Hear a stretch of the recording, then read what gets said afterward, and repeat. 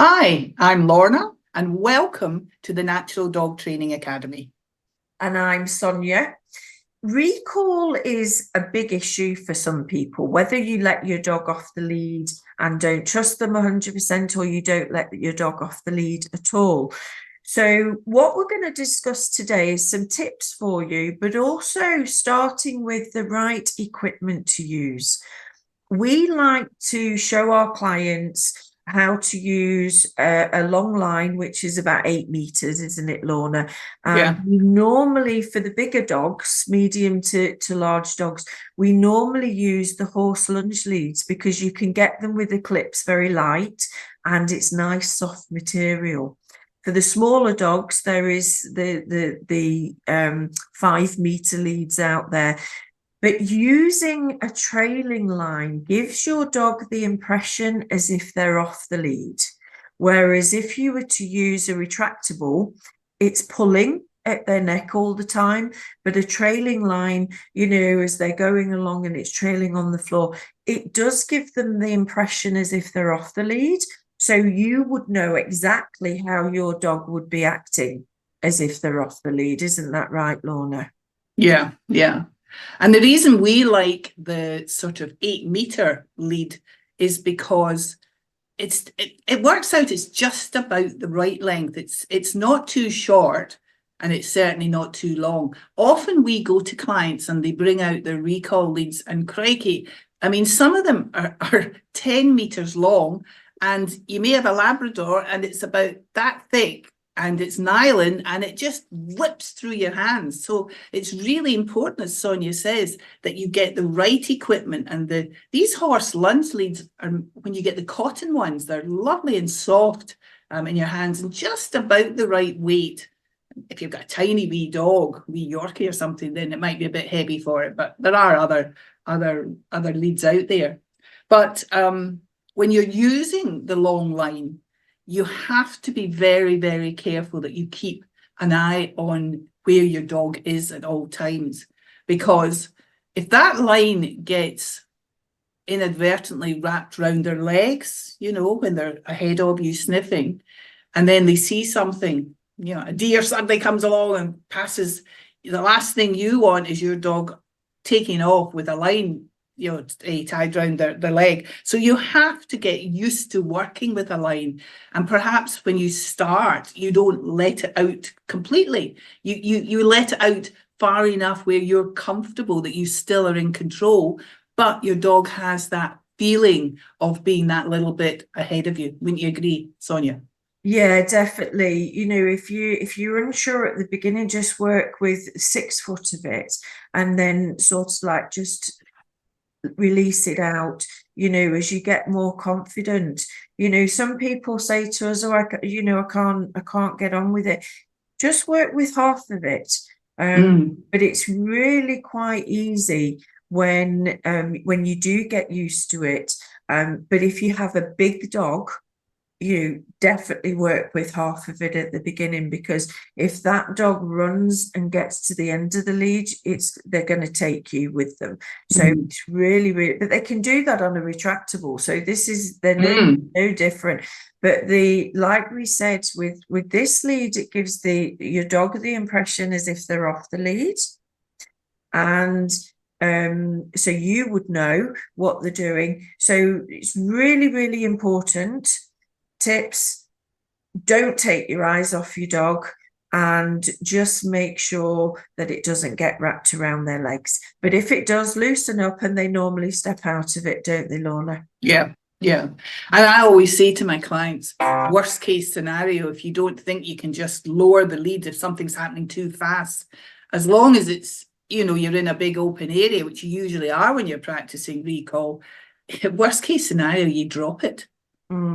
Better that than, it getting tangled in your dog. That's just worst case scenario. That doesn't happen very often, but you just drop it, because you're going to catch your dog if it's trailing a lead, or somebody else is going to stop him. So it's just a few, what do we say, health and safety rules, just to be careful when you're handling, a long line. Yeah. The other thing, Sonia, is how to deal with distractions. You know, you can be working with your dog and it all seems nice and peaceful and quiet. And we do suggest that when you start working on recall with your dog, that you don't go to the busiest park. You find a relatively quiet place to start off with, just so it can be you and your dog, and you're learning to work together. Obviously, later on, yes, you go, you know, when you're a bit more confident in what you're doing, you can go to other places, but start off in a place that's relatively quiet so that your dog can focus more easily on you. But of course, with the best will in the world, there's always the unexpected distraction that just suddenly turns up out of the blue. So what we would advise in a case like that is, if that happens, you just simply turn and just say to your dog, this way, tap your leg, say this way, and just walk off. And then when the distraction's gone, you just start all over again. Yeah, definitely. Or if you are doing, you know, you're working with your dog, you're doing the exercises and the dog runs up, you know, just stop the exercise, let them have a play, and then this way, and then just take your dog off again to a quiet area. We always sort of like do a this way, don't we, Lorna, where the dog is your dog when you say it, and they've got to follow you. So always do that when you're walking off. So your dog sees, oh, you're going, and that way then they've got to follow you. There's no point doing recall and calling your dog to you if there's rabbits around, or you know, lots of different smells. You're better to start off with the this way and work on that for a week or so. But again, if there's dogs around, if you're in a busy park, recall just goes out the window, doesn't it? There's no point doing it when it's busy. Yeah. And you have to be patient. You know, recall varies. It depends on your dog. But, you know, if you have a dog and they have absolutely no recall, you know, you're probably looking at keeping them on a long line for 6-8 weeks. Certainly until you feel that your dog's more focused on you and is listening to you. So it's not a quick fix, but your dog is still getting exercise, and they're not tied to you with a walking, you know, the length of a walking lead, so they can go further away, which, you know, is good for them. But you're probably talking 6-8 weeks. When you agree, that's what we find. And 6 to 8 weeks over considering the lifetime of your dog is nothing. It's nothing. Definitely not. But you know, if you don't have recall, it's not just a week or 2 weeks. You're working with a long line and then you're letting your dog off. Usually you need quite a bit longer than that, but you'll be able to judge with your own dog and how they're reacting to you. Oh yeah, definitely. I mean, we always say at least 6 to 8 weeks. However, if you're feeling confident after, say, 4 weeks, 5 weeks, you can let the lead trail, can't you? Yeah. Just you drop it on the ground, let it, that way you can still pick it up if you need to, and if your dog's not responding 100%. But they have to be responding to you 100% with everything before you unclip that lead.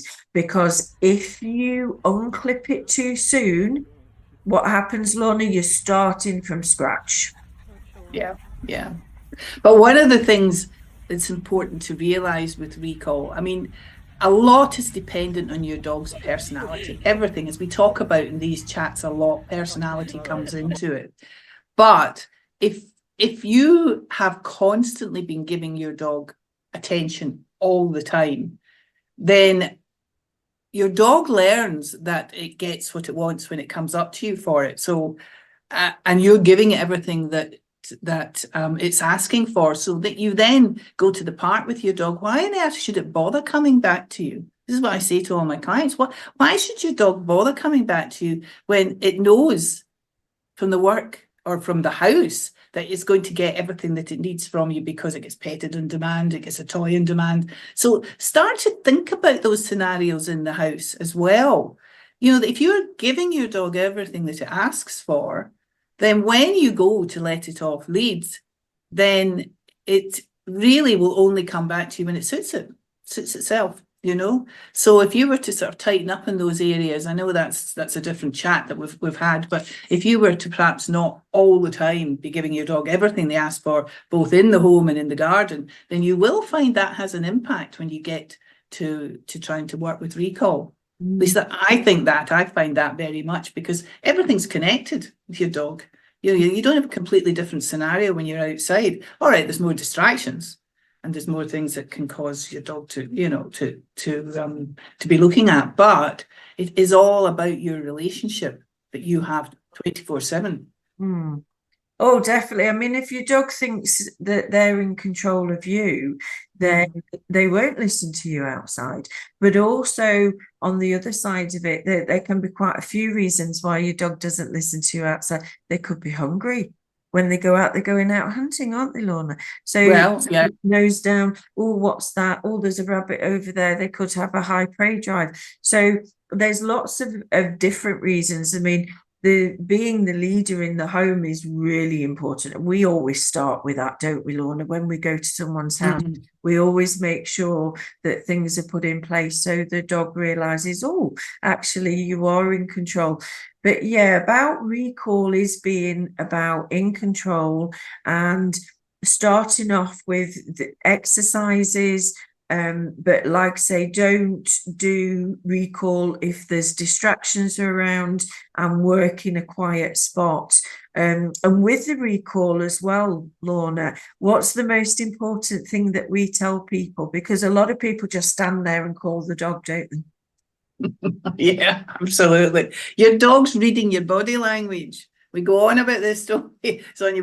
He reads your body language. He looks at you. So if you want your dog to come back, don't just stand like this and say, come. You want to be inviting. So drop your height, lower your height, soften your tone, and even excited wee claps, whatever, wave your arms around. Anything that makes you more interesting to your dog is more likely, especially the lowering of the height and tapping your leg and calling your dog. Because, they do read your body language. And so if you're looking inviting, they're more likely to come to you. Yeah. Yeah, definitely. And with sort of like we have quite a few exercises that we show our clients, which are all in our video that's available. But again, before going out the door, like we've mentioned with the walking, Lorna, getting out the door first, getting out the gate first, if you have one, and things like that, and getting your dog to walk to heel before you even attempt recall. So if your dog's a puller, then they're eager to get there, eager to get to the park or wherever you're going. Guarantee they won't listen to you off the lead unless they do already.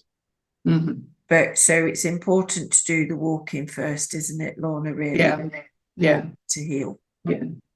So I think really what we're saying, just to sort of summarize, is timing. Don't be rushing this.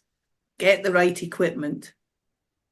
You want to learn to use the right exercises where you get your dog's focus, eye contact. That is crucial. If your dog won't look at you when you're calling them or asking them to do something, then your chances of them listening to you are remote. So eye contact's really important. And the other thing is really just finding the right place to start the recall. As I say, eventually you'd want to go into busier places, but not straight away. You want to give yourself an opportunity to develop that a bit with your dog, getting the eye contact and what have you in a quiet setup, first of all. Anything you'd want to add to that, Sonia? Yeah, it's also quite important, isn't it, whether when you have called your dog back to you to ask them to sit and wait, and they don't go until you tell them, and give them that free command. And what you'll find with being consistent with that, your dog will automatically sit and wait when they've come back to you. And that's why we've included the sit and wait exercise, isn't it, Lorna, in the video, in the walking and the recall, so that when you do call your dog, they'll sit, they'll wait until you say to go off again. Yeah. There's nothing worse than seeing a dog, you know, when we're out training, and how many dogs come up and the owners, you know, come up to us with a dog we're trying to teach, and the owners are calling the dog, but the dog's not listening. You know, so the dog is definitely, it's what we say is out of control, you know, and it's really, really important. And how many times do we hear it with horse riders? And they've got dogs coming up, you know, barking at the horses and around the horse, which is really dangerous for the dog, you know, not so much the horse. So it is really important to have that control. With the recall and the walking, like we say, if you are having problems with walking, with pulling, get your dog to walk to heel first, do the exercises there, then do the recall exercises. But is there anything else that you want to add, Lorna, before we finish up? No, I don't think so. I think we've covered most of it. It's just about practice. Yeah. And patience, consistency, and practice. Yeah, practice makes perfect. So we hope that you've enjoyed this dog chat, and please subscribe, because we will be doing many more. And if you are interested, if you have a puller or you have a dog that doesn't recall, then our videos are out there for sale now from our website. And thank you so much for watching. Thank you.